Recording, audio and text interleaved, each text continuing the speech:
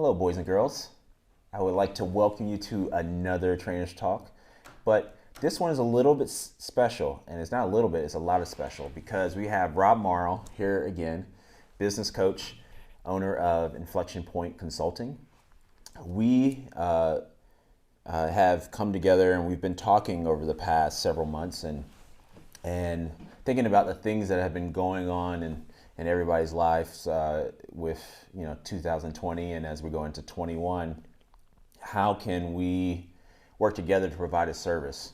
And Rob, what do you think we have on the deck here? Well, it's interesting. First of all, thank you for inviting me back. It doesn't always happen, so thank you. Great to be with you as always. Thank you. I think what as Donovan and I were talking about what might be of interest in service and use to the community, I think we came at this from both of our practices, which in essence are interfacing with clients and trying to help them with a whole range of issues. And we're both coaches and mentors in that sense. And I think one of the overriding things that we came to individually and then together was just how much suffering was going on in our community. Yeah.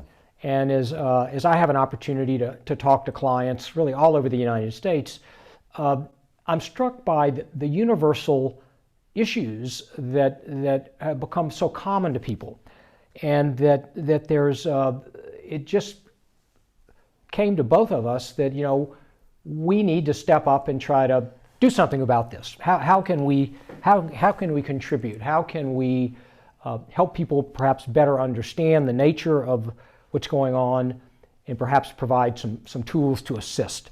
So with that in mind, we said, why don't we try to develop a series that would help identify where the suffering is going on and provide some tools to address those challenges. And so that's kind of the center of what we did and are doing. And we really envision it as being 4 parts. Yeah. Donovan, why don't you take the lead on awareness? Yeah. So,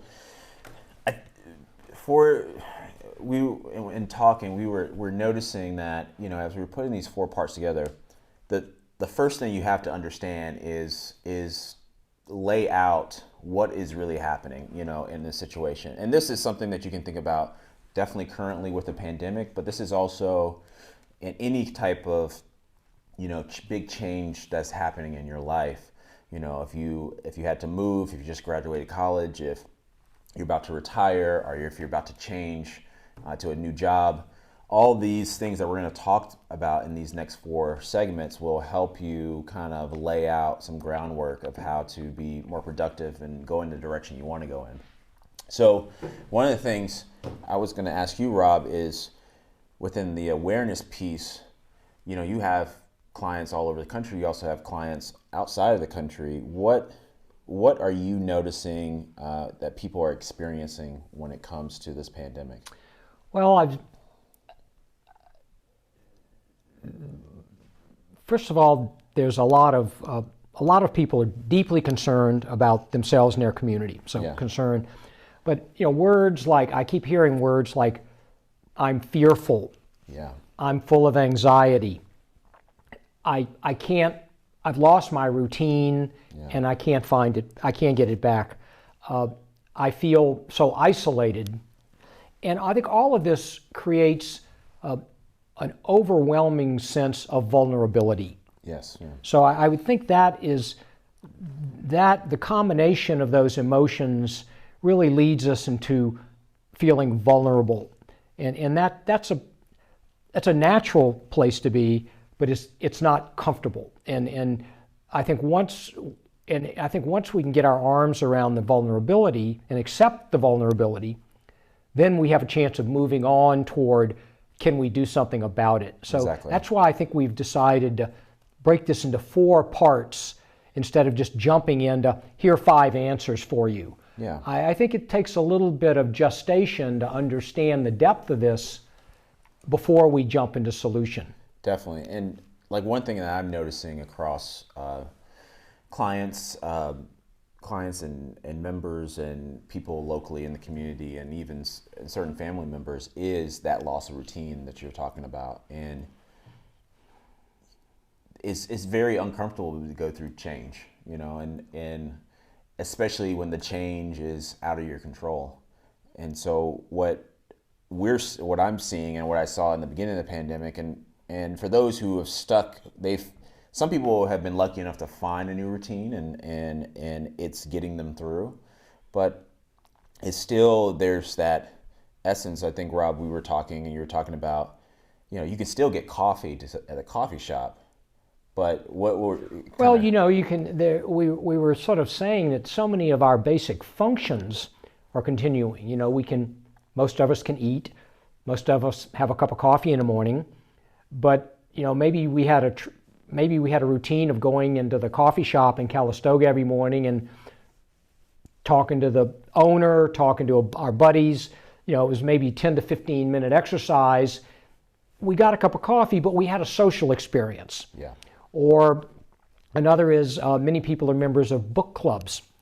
Okay, well, they can still read the book, but the book clubs aren't meeting. Yeah. So that socialization question is really at risk for so many people. And I think we're finding that and particularly in what you offer, I've just gone into your gym so often and seen the spin class. Yeah. And so people are riding the bikes, but they're talking to each other.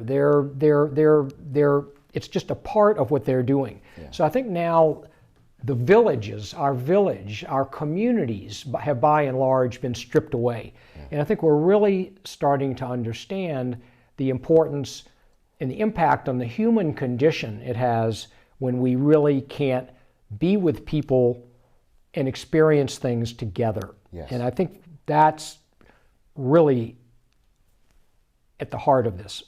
Definitely.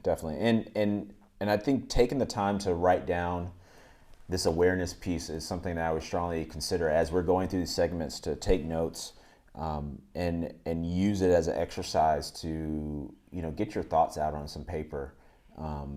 It will help illustrate, once you go through each 4 segments, it'll illustrate the whole journey that you're going to go through these 4 segments, but also how you can repeat these segments later in life for different, like I said, different life-changing moments. Right. I think the other thing that we've perhaps would be a part of the awareness agenda would be that you're not alone in this. Yeah. Many people are suffering. Not everybody's suffering from all of these maladies, but a lot of people are. Yeah. So you're not alone.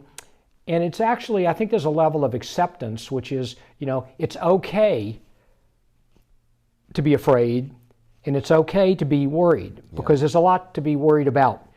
And I think if we can help people get comfortable with that they're not alone, that there are really some serious things happening,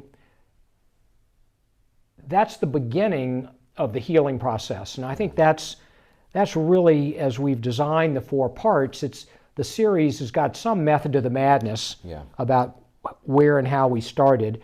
And I think what we really look forward to is evolving from awareness into the other segments. And hopefully along the way, our hope and desire is that this really is of service, that people can identify with some of these issues and hopefully take away some tools to be of help.